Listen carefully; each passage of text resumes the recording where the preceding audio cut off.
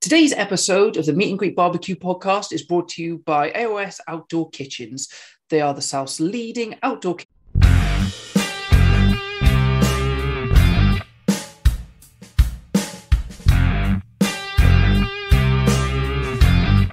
Hello and welcome to another episode of the Meet and Greet Barbecue podcast. Today we're speaking to Ricky from Slim Ricks, who's got some fantastic woods, but he'll talk about that and a number of other things afterwards. Without much further ado, here's Ricky. Hi, Rick. For anyone who doesn't know who you are, please do introduce yourself. Right, so I'm Ricky. I'm the person behind Slim Ricks Smokehouse, producer of alcohol-infused chunks for smoking meat, basically, private event caterer. Also do a new range of other chunks for smoking meat, other fruit woods, hardwoods, and getting into other markets. But yeah, it's that's predominantly me, kind of barbecue page, barbecue enthusiast, love cooking with fire. And yeah, that's pretty much me, man. So where did your business start? Were you involved with wood? That's a weird thing to say. Are you involved with wood? Have you got wood, Ricky? Yeah, no. At the Alton's event, there's a few people talking about my plum and wood combination. But there was a few innuendos thrown out there. But no, basically, I've always cooked. I've always cooked. I love cooking, and probably going back, got to be over 10, 11 years ago, I decided to try and smoke. It's in our little flat that we had in North London.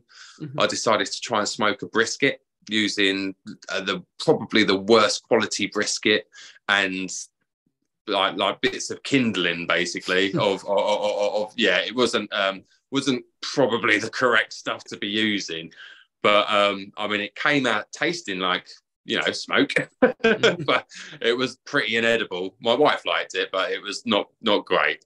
And ever since then, it was just kind of experimenting. And then lockdown happened, as with a lot of people. Lockdown happened, and unfortunately, because of myself, we had to go into shielding. So we was complete lockdown, wasn't allowed out of the house. We was here for like 14 months. It was kind of, luckily we had a good summer, I picked up a smoker off a Facebook marketplace, an offset smoker. For the guy wanted 50 quid, I knocked him down to 30. And it's just went and picked it up and just started experimenting, just while I had the time on my hands. And found it hard to get hold of good quality wood. Yeah. We was getting stuff that was kind of part seasoned, getting stuff that was still wet, or and I just kind of made it my sort of venture to try and get hold of good quality wood. And once I did, I started, I got an investment from my mother-in-law. And yeah, that's kind of where it started being born from, really. Just started a little side hustle and kind of, gathered momentum, really. But it's, thanks to everyone that's like in the community has been purchasing the products, without them, it wouldn't be as good as it is now. Mm-hmm. But that's kind of where it spawned from. And, it's been a long road, though. It's a lot of grafting. I'd love you to tell us more about wood without, again, sounding like sort of innuendo, but we speak to a lot of people who cook with it and they talk about one or two different flavor profiles and things, but you've got to be an expert on it. So, what wood do you have? What do you recommend people use? What are tricks that people can get from them? Yeah, basically, my initial product was the alcohol infused. Mm-hmm. They're basically cask chunks. I would source different alcohol casks. I'd cut the bands off, sand all the impurities off the outside edge of them, cut them down into chunks, and because, believe it or not, like these barrels, they've been sitting for maybe 25, 30 years, and they have steel bands that run around them. And these steel bands leave like a rust residue on the outside of the barrel, not to mention all the kind of grime and stuff that you will get on a barrel from 30 years of sitting in warehouses and stuff. So I would sand all that off. Because imagine the taste if you didn't. People say you can't, because I'm not gonna say names or anything, but there's other people supplying this stuff, and it's still got the grime and stuff on the outside. And if you put them next to each other, you can definitely taste the difference. You might not be able to on something that's a bit stronger flavored, like beef, if you had a strong rub on it. But especially if you're doing something like chicken or fish, you can definitely taste there's a definite difference with it. I know, because I tested it, and because if I didn't have to sand them, I wouldn't. Yeah, why would you? The amount of time and work that must go into doing that. I don't enjoy doing it. It's it's actually quite backbreaking. But the flavour profile for what for the extra time that it takes to do that, it's a no-brainer for me. But it was like I started getting into these casks, and then finding out about the different charring levels that they do on the insides for the alcohol that's inside them. What sort of oils that it releases, and the intensity of the flavors depending on the intensity of the charring, the different breeds because they're all oak casks, but you get different breeds. You'll have white, if it's bourbon, it has to be a white American oak tree. You can't be using European oak because it doesn't classify as a bourbon. It has to be charred to what they call gator grade, which is charring level 4, I think it was, and that releases chemicals like vanillin, which is it's very similar to vanilla, which gives the bourbon that sweet taste. But it's all these different snippets of information that you're gathering. I went to a bourbon tasting event where I learned a lot of stuff about cask production. I learned that, American white oak was 20% denser on average than European oak. So it burns longer, it's heavier, and it's just all these little tiny bits of information that you get as you're going along on your journey. With plum, I've never seen plum wood. I've never heard anyone talk about smoking with plum wood before, and I did notice because we were both at the Alton's event, the bags of plum wood that you've got there. Obviously, cherry's quite a sweet flavour. Do you still get that sweetness with plum, or is it more of a deeper, richer flavour?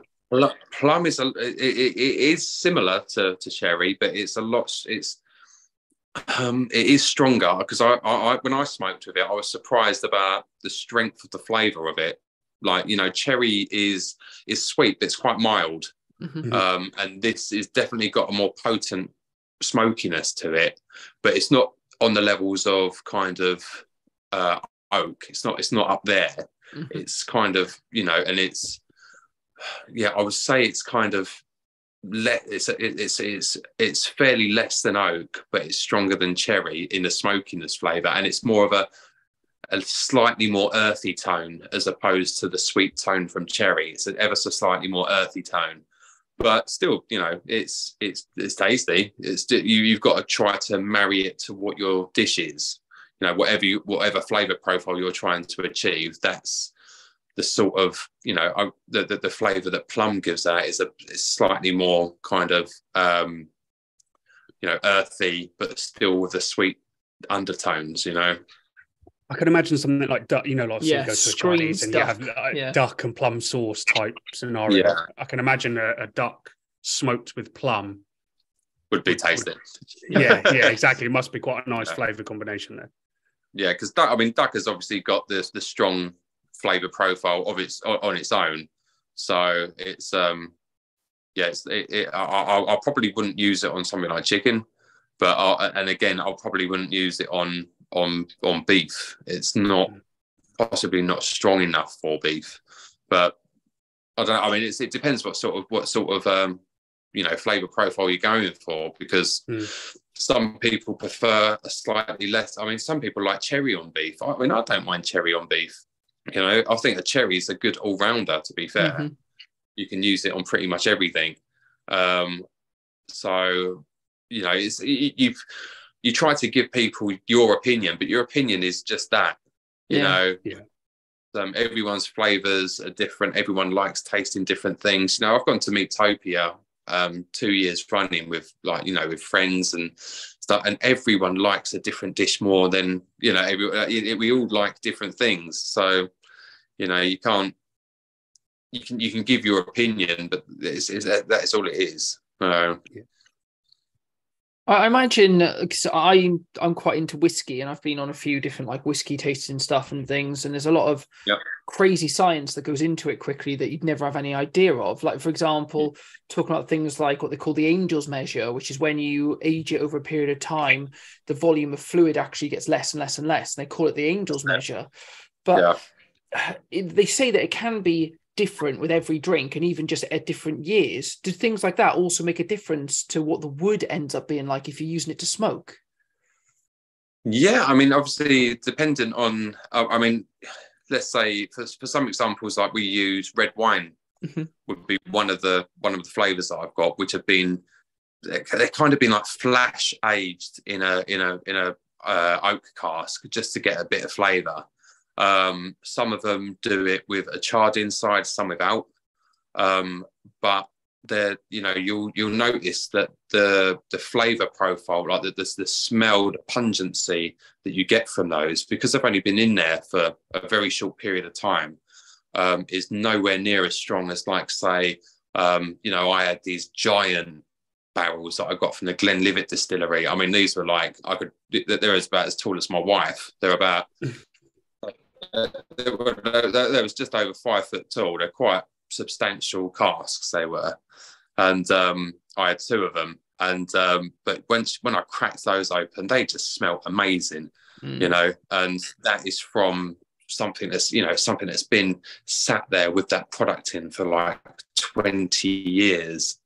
You know, and then you crack that open afterwards, and it's just, you know, you can see the layers of it when you look at its side profile. You can see that how far it's impregnated the wood, as opposed to something that's, you know, sat in there for a very short period of time.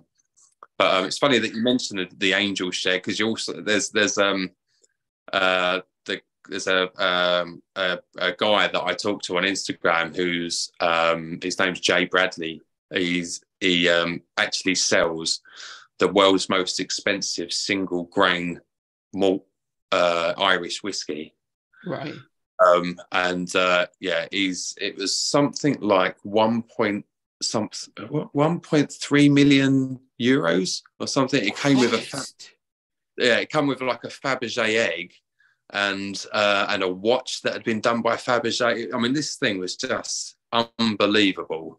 But you get the Angel share, and he does a range called the Devil's Cut, which is like, you know, the strong stuff that you think is at the bottom. You know, the stuff that evaporates, it's the other stuff. But yeah, even stuff like that, you know, because of this, like, you know, trying to get hold of barrels from reputable distilleries and stuff like that, you know, I started chatting to this guy, and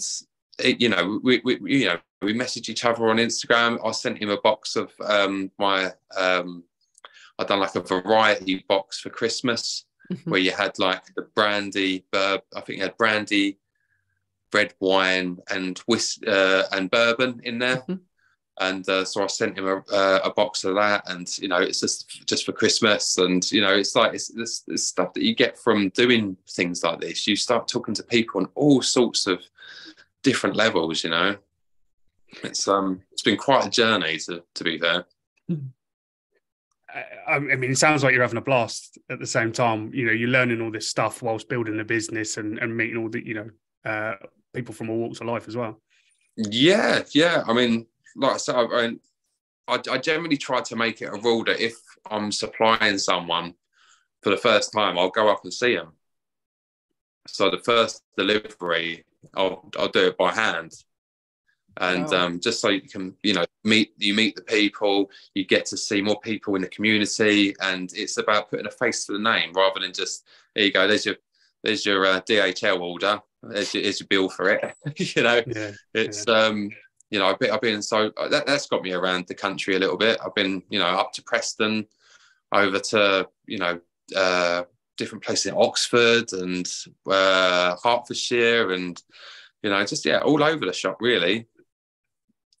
Which is nice. It's nice getting out and about and seeing these other shops, seeing their displays, seeing the effort that everyone else is putting in.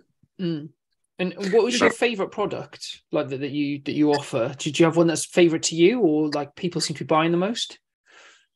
Well, people, to be honest, like the bourbon chunks, just they've been a winner all round. The bourbon ones have always sold well, which is surprising because you have got the likes of kind of Jack Daniel's whiskey chips that you can buy off the shelf in quite a few places, and the fact that my bourbon chunks were doing so well, I thought it's actually quite nice to see the support and stuff from everyone in the community to show that they were kind of flying off the shelf. I mean, I've done the limited edition range of the brandy, which is probably one of my favourites, to be honest.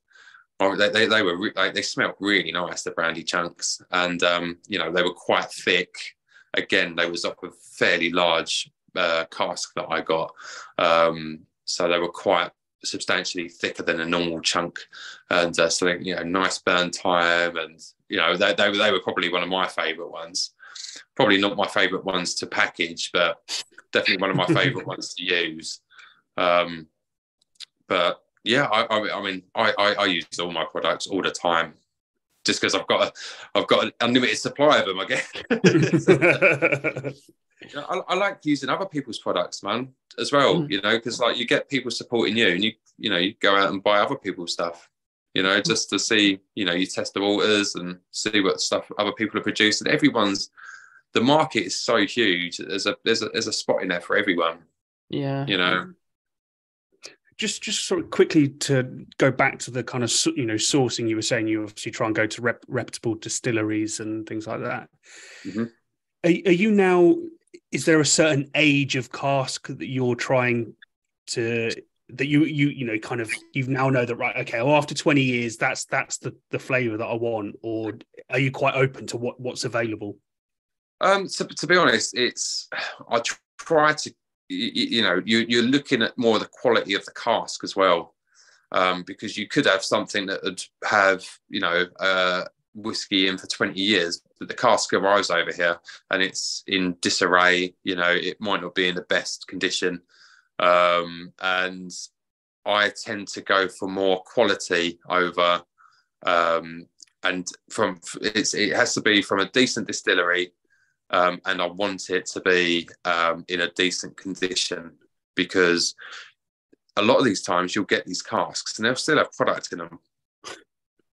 They'll still. I've had casks now turn up, and they've probably got maybe an eighth of a cask still with fairly potent. I wouldn't drink it, Christ, but it's got fairly potent liquid still left in it, and so that to me is, I don't want anything that's been left. Like, I want all the bungs in. I want it to be tight. I want the bands tight. I want it to be so that thing has been sealed, so that all the flavour hasn't had a chance to escape. Because once those things start breaking up, that's when you start losing the flavour.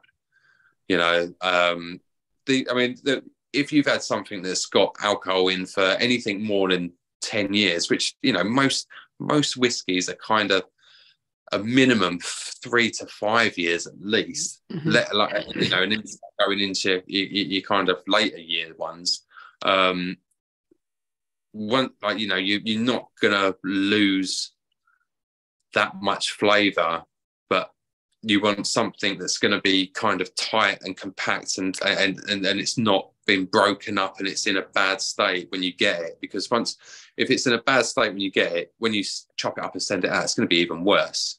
Mm-hmm. So that's the main thing for me, is to get like grade A casks. from reputable distilleries, not necessarily how long the whiskey's been aged in it.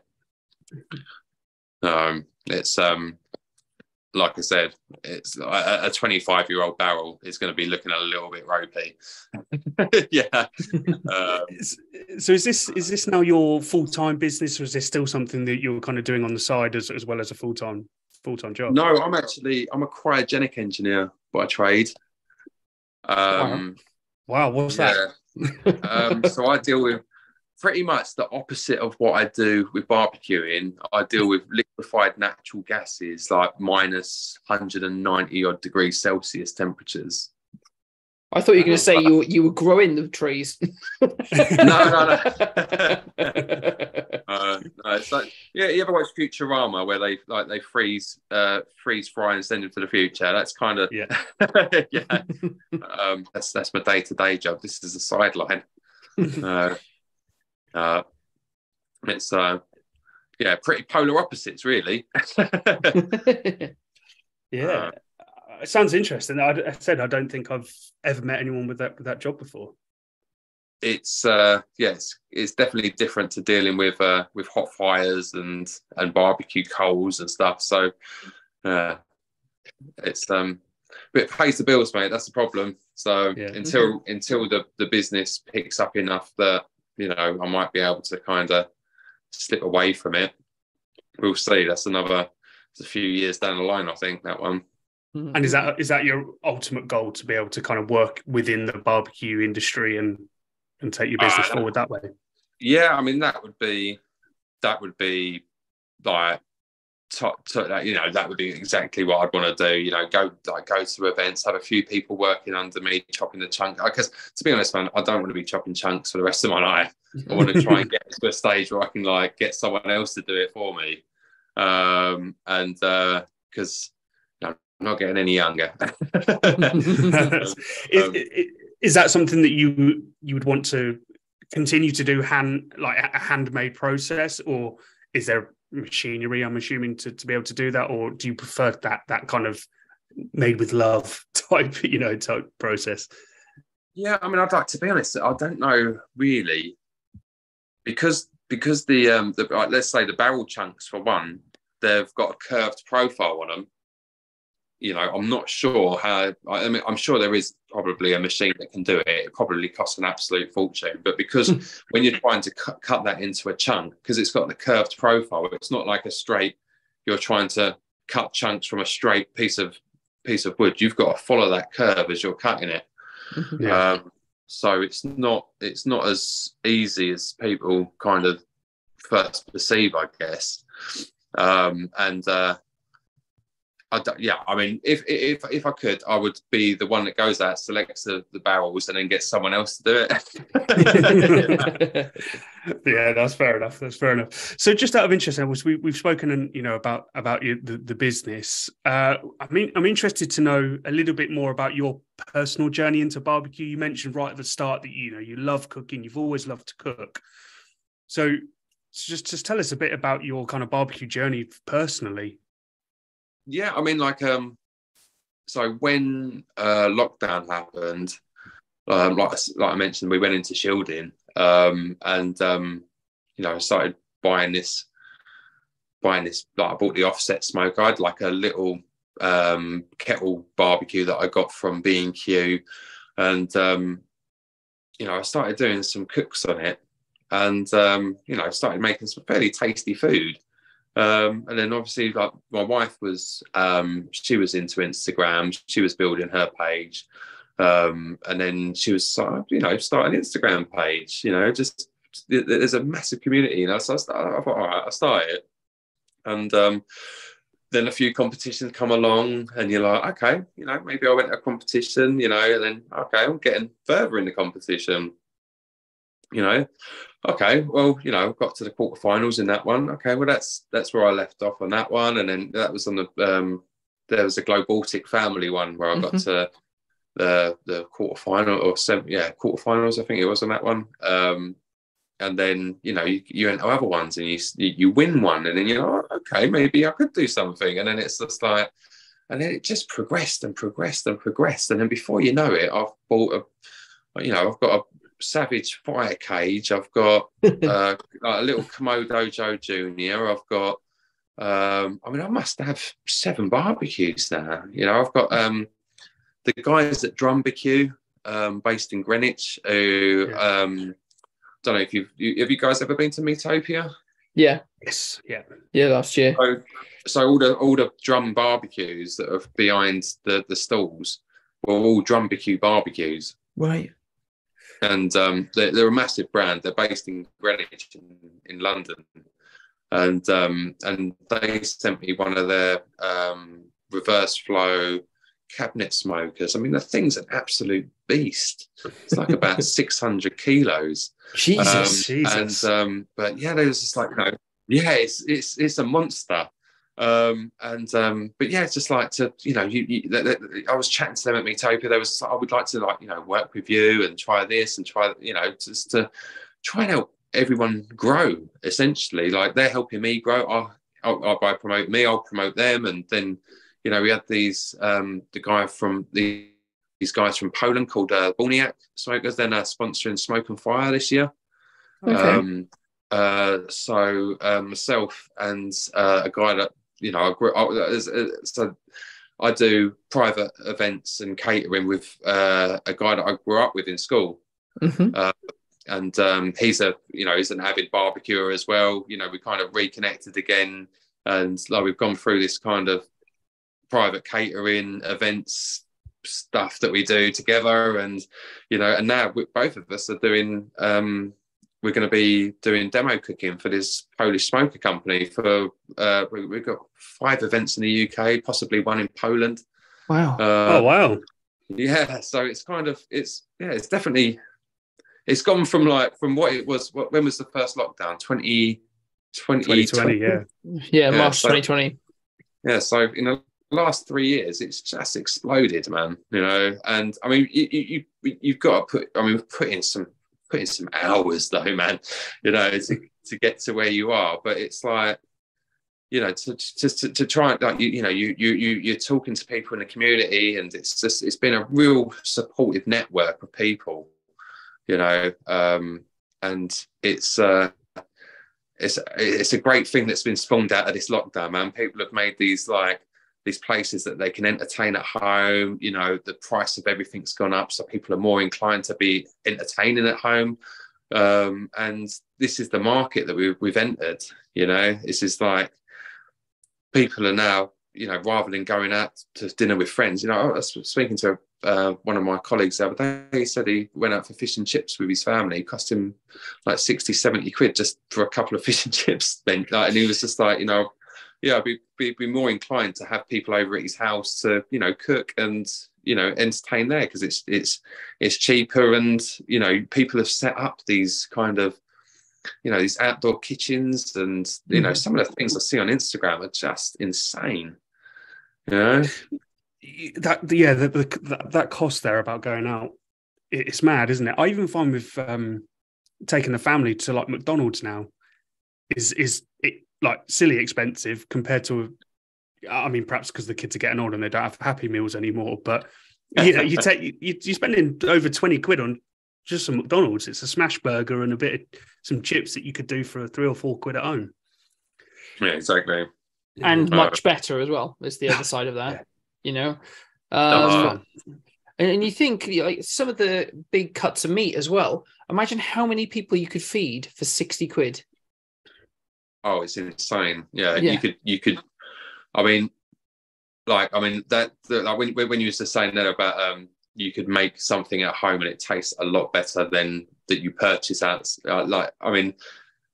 I've kind of been annoying to take out now. My wife gets annoyed with it. Like, if we go out somewhere, because I sit there and eat something, I'm like, no, I can't believe I'm paying 15 quid for this.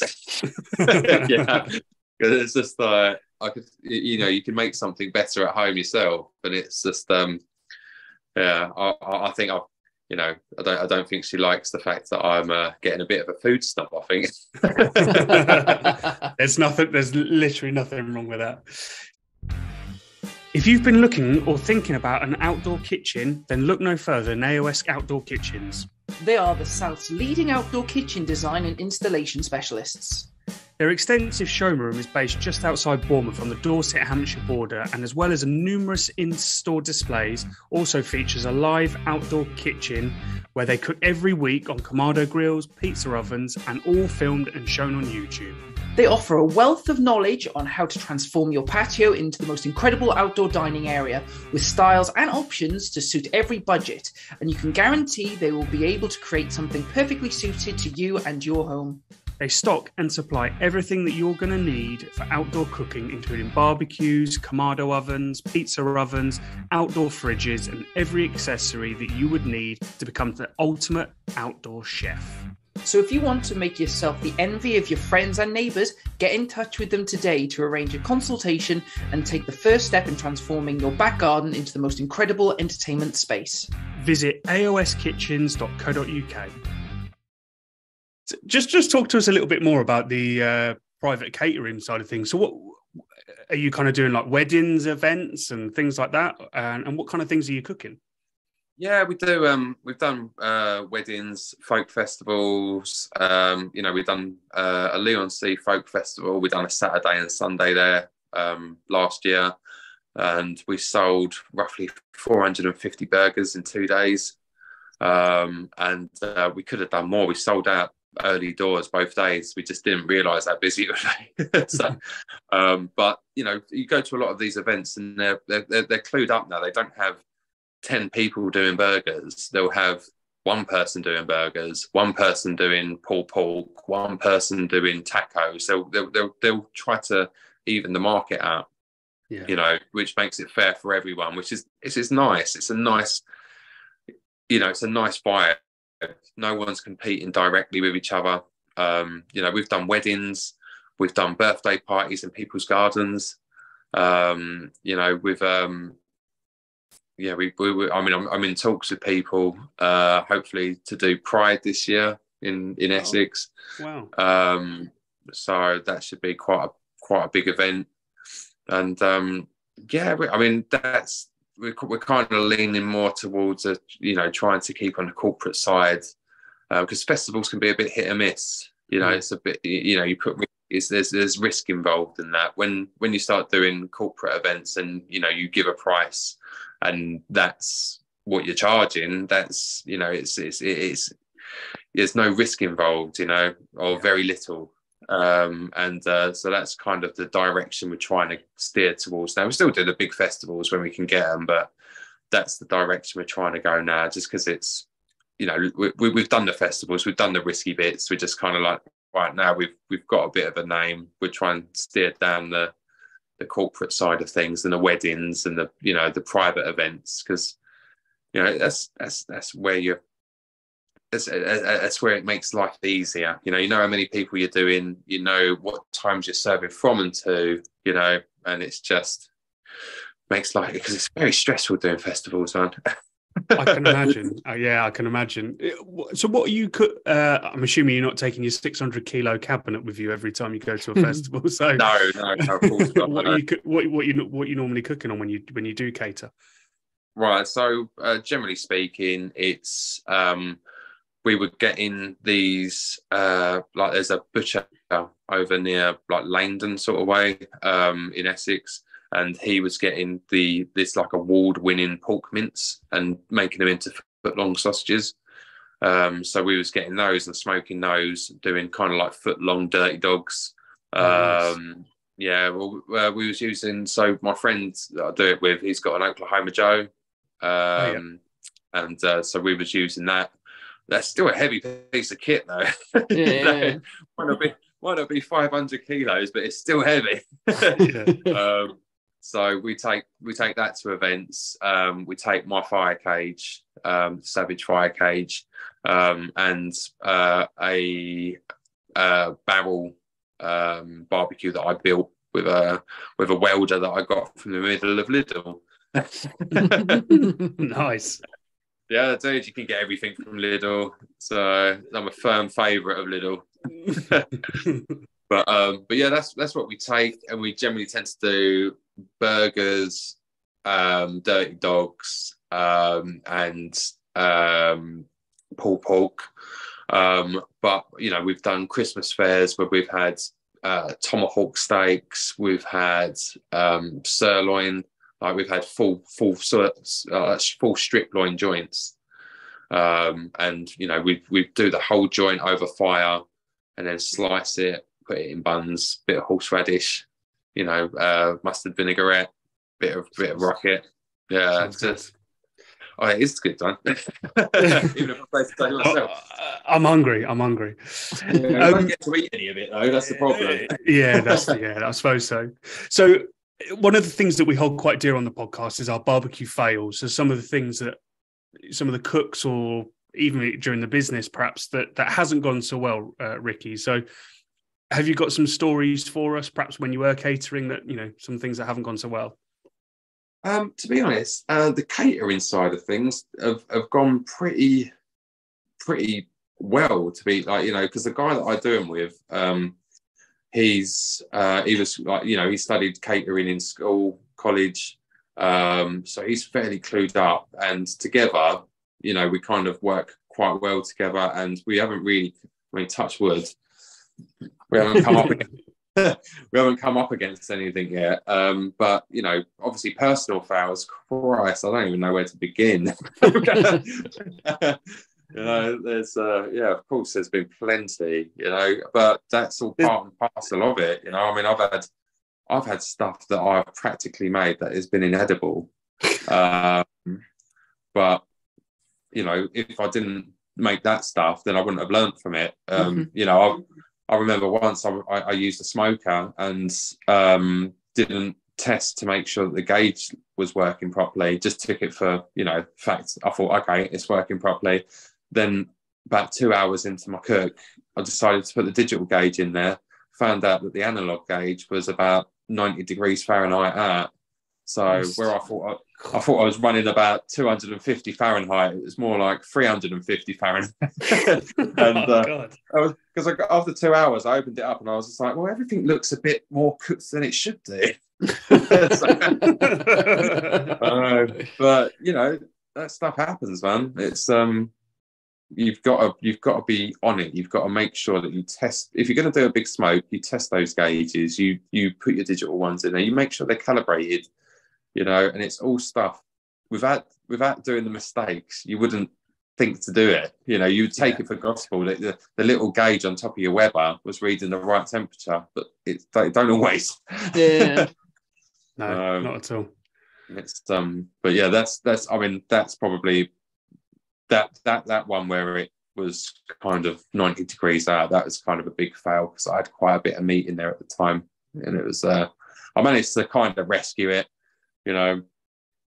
If anyone's kind of ruined meat in the smoker, that if you kind of vacuum seal it with enough, you put like a little splash of apple cider vinegar in there, then vacuum seal it once it's been shredded, and then you can boil it once, when you want to warm it through, and then add it to something that's kind of very saucy, like a pasta or a shepherd's pie, like anything that's kind of got a rich sauce with it that you can kind of let it just simmer in there and kind of break it down a bit.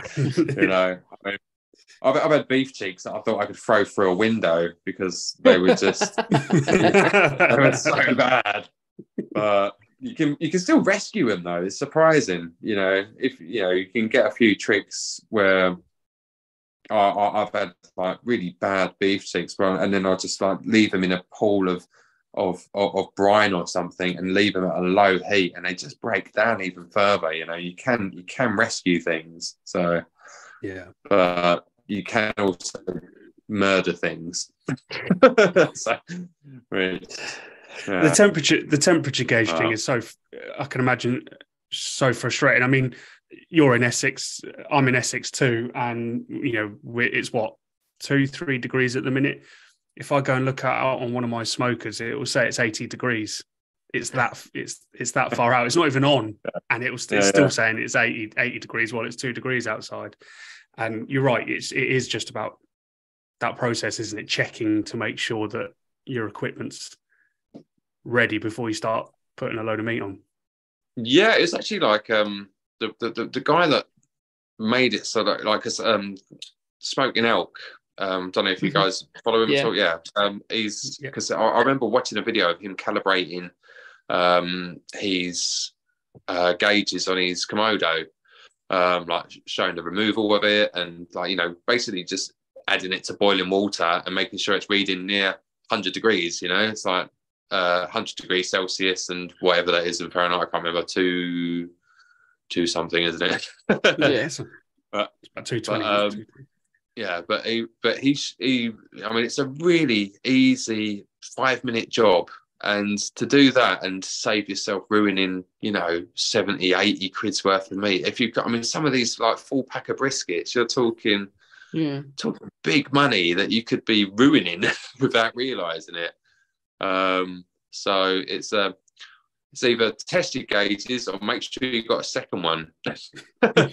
So sometimes it's not even that, it's understanding the barbecue, because if you've got like quite a large barbecue or like the larger Kamados where the gauge is reading the temperature, it will be much hotter further down. Or you know, or there's different sweet spots. There's understanding that as well if you're doing a long cook and getting to know your kit. And the best way you can do that is proper kind of collaboration and make sure everything's calibrated properly, but also cooking on them regularly and getting a feel and understanding them. Is that difficult to do with 7 barbecues? Well, it's like, to be honest, I've got that many barbecues, but they all have their own functions. I know it sounds like, you know, you think you can do. I mean, I think I'm just spoiled, to be fair.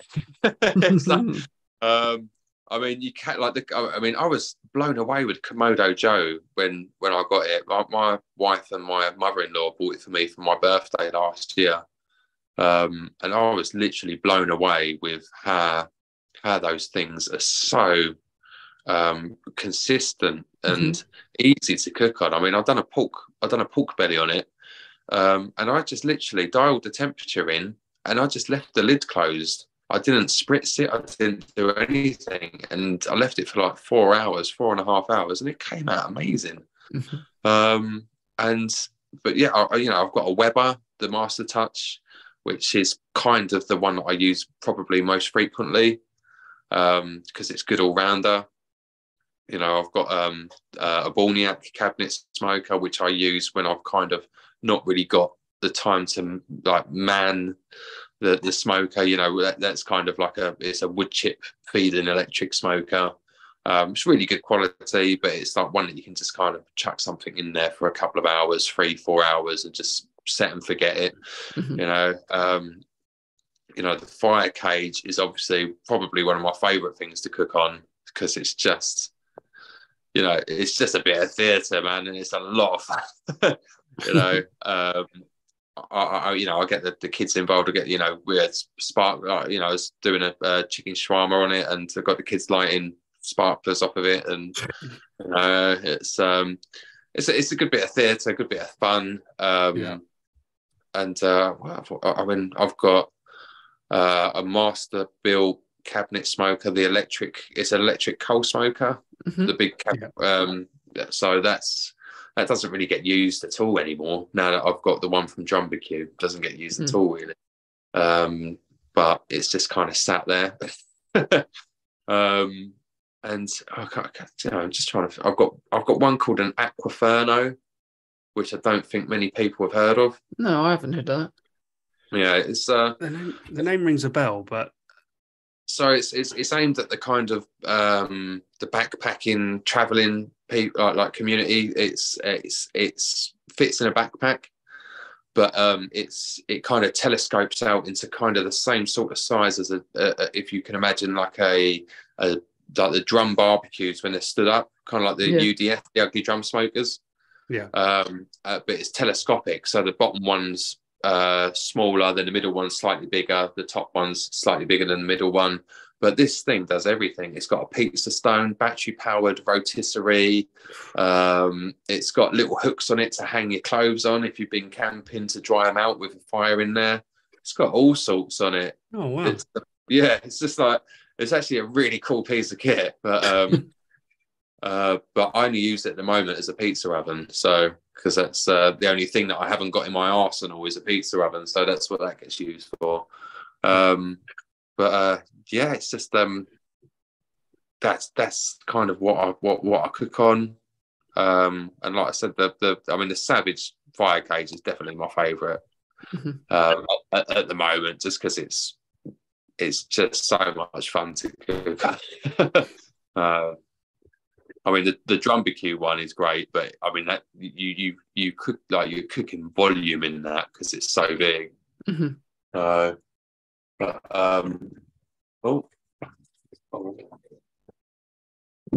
sorry, my wife's just passing me a drink. That's all right. Nice. But yeah, that's about it with what I cook on, guys. Nice. I think what would be good then, if we've been talking about barbecues, you've been talking about some of the things that you've been cooking. It'd be quite good to go into our barbecue bingo challenge. Barbecue bingo is brought to you by Lumberjack Food Company. Your ticket to Flavortown.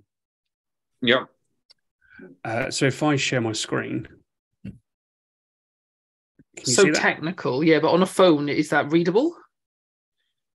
Yeah, I can see that. Oh Christ. Yeah. So this is the high-tech wheel that we were talking to you about. Millions of pounds we've spent on this. Okay, so there's a load of ingredients. A lot of these have been left by previous guests. There's one on there called My Signature Dish. So if that lands on that, we'd like you to cook your signature dish. What are you best known for, Ricky? Oh, I'd probably say my favourite to cook is either beef short ribs or beef cheek, man. Probably beef short ribs are my favourite. Good choice. Good choice. I love beef shorties. They're one of my favourite things to cook as well. You can't go wrong. Okay, so if I give this a spin, and just while it's spinning, and we'd like you to think of an ingredient you could leave for hopefully our next guest to pick out. So if you've got something in mind, who left liver and beef tongue? That's just wrong. Oh, I've already forgotten who left beef tongue. It was recently as well. It weren't Dave Spice Punch, was it? No, it was the guys from Smoky Oak Barbecue. You know, the big offset smokers. Yeah. Yeah, it was those guys that left that, and they were Dave. They found it hilarious. Dave left. It was ice cream, wasn't it?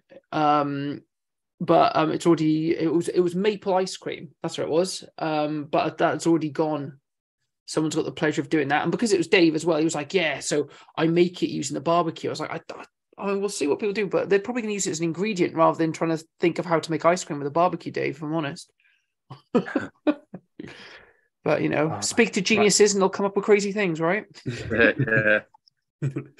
Right, let's give it a go, see what comes out.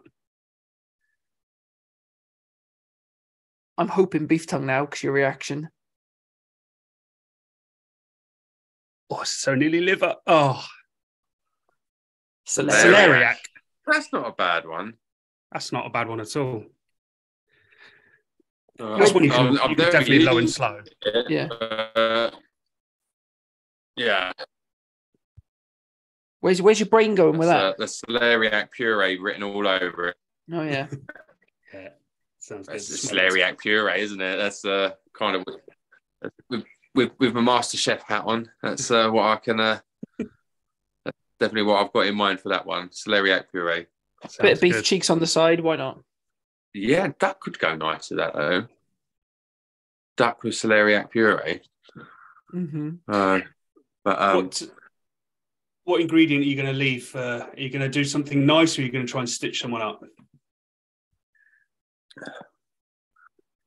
So we've got one person's left a fruit on there, mango. Right. I think just because I've seen them done very well, I'm going to put a pineapple on there.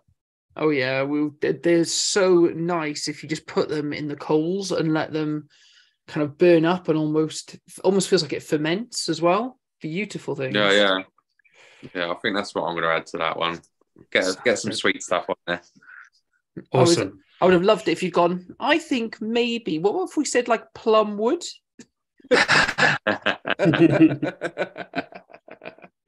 No, you could be all like you could put some offal or something like that on it. That's like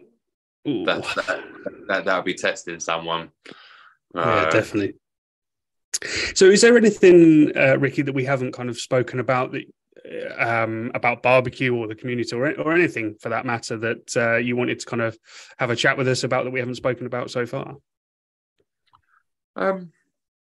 Not really, man. I'm just thinking like about, just the sort of people that are involved in the barbecue community and just how, how supportive they are towards everyone. It's like there's people out there that do more for you than, some of your like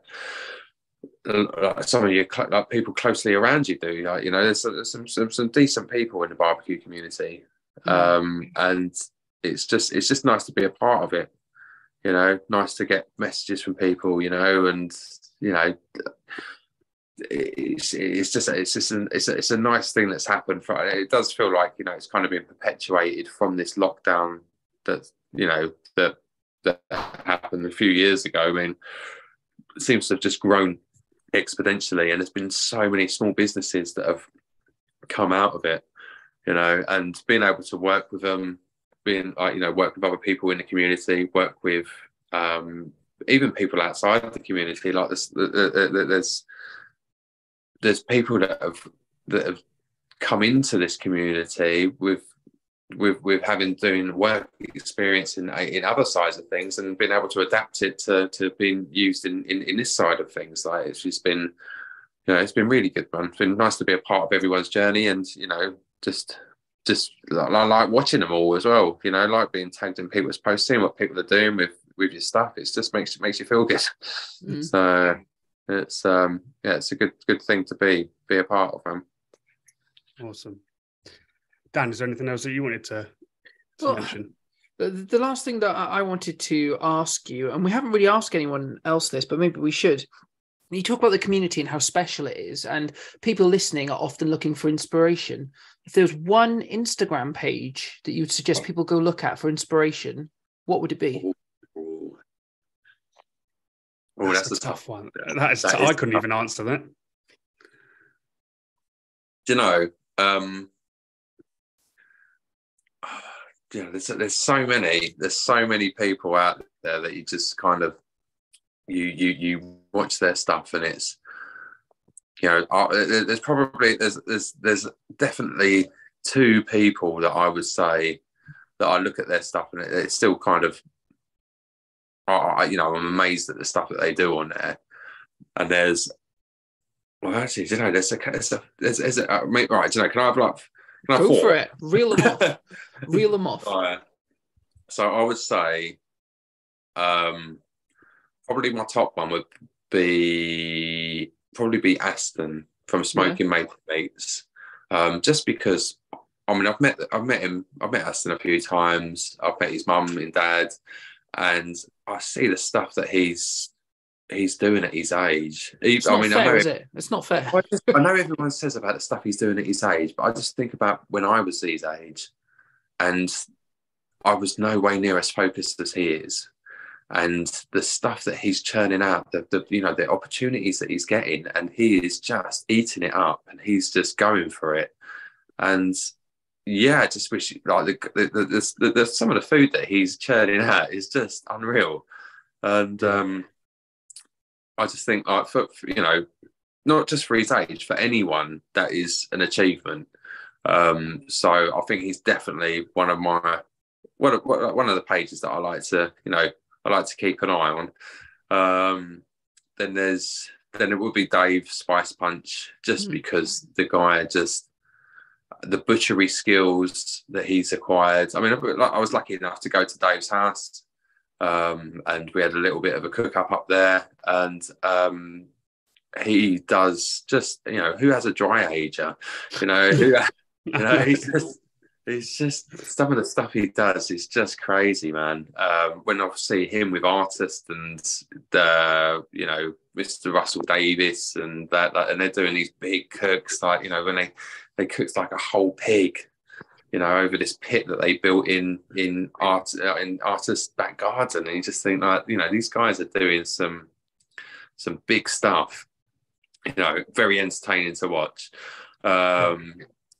And yeah, so they're probably like, they would probably be my top two ones that I like. I really like watching. And then the other ones would be, I like Ollie Eats, especially like his new, like he's doing a lot of bushcraft stuff, doing stuff out in the wild. He's done some big cooks, and I really like the format of his page. Really quiet, and met him a few times. Really nice guy, very supportive, and it's just you can feel the genuineness coming across on the page, which is it's something that kind of draws you in. It's a nice nice thing to have.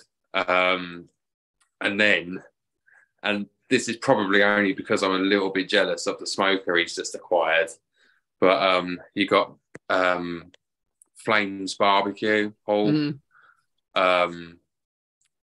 Some of the stuff he's been cooking on his new smoker is just, it's just nice to I watched him talking to the guys about getting his smoker. Then the smoker came, and then it was that's like the whole journey.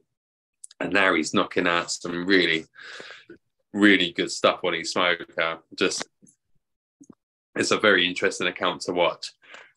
He was, I think he had a TikTok video that's got like nearly 1 million views on. Christ. Yeah, he's got some really, really cool stuff that he's been doing on it. But and again, he was at the Alton's launch night. And nice guys, nice to talk to, and I'm just jealous of his smoker, I think. I was just like watching him. But they're accounts that they always come top of my feed, because you'll find yourself engaging, just saying this stuff looks good. Even like T-Bone Marmaduke, man. Very entertaining page to watch. Yeah. Such a nice fella as well. Met him at Sizzlefest, and he was so nice to talk to. And he was a little bit flustered. He'd just done the hot wing challenge and won it, but but look, constant support as well. It's just like in a lot of contact with them on the messages and stuff, and just nice people, man. Even like the guys, the Alton guys always got a soft spot for Jay and the team, because again, like doing so much for the community. Like you look at the events that they put on there, the stuff that he posts up,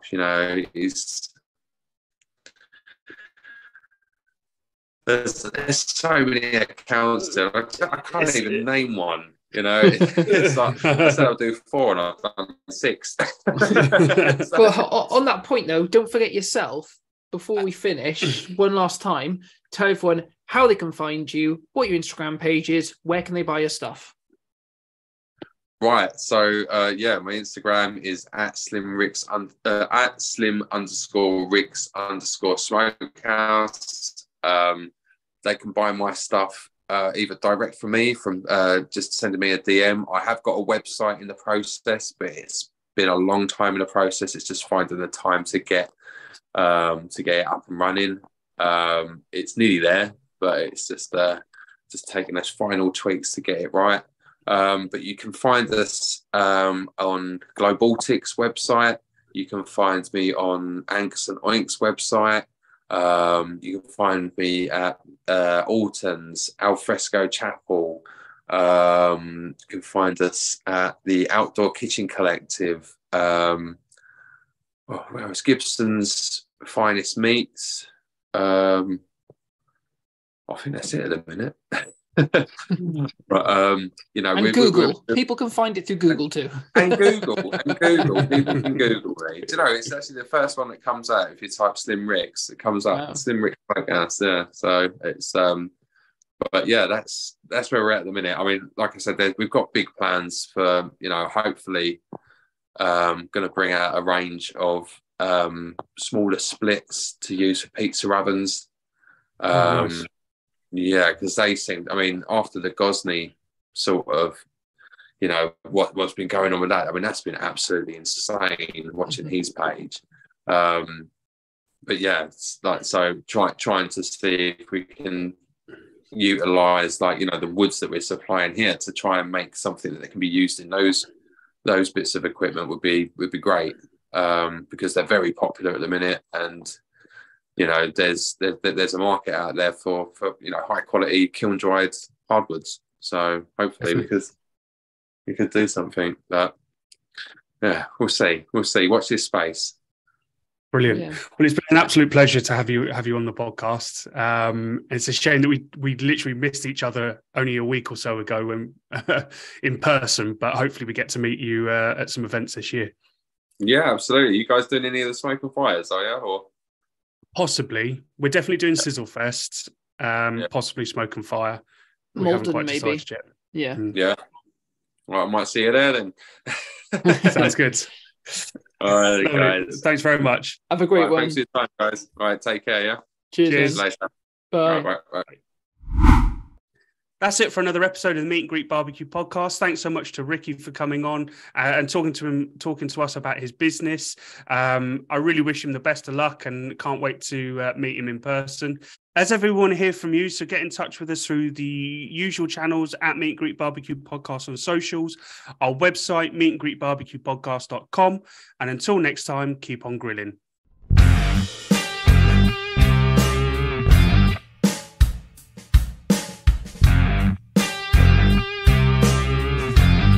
Today's episode of the Meat and Greek Barbecue podcast is brought to you by AOS Outdoor Kitchens. They are the South's leading outdoor kitchen design and installation specialists.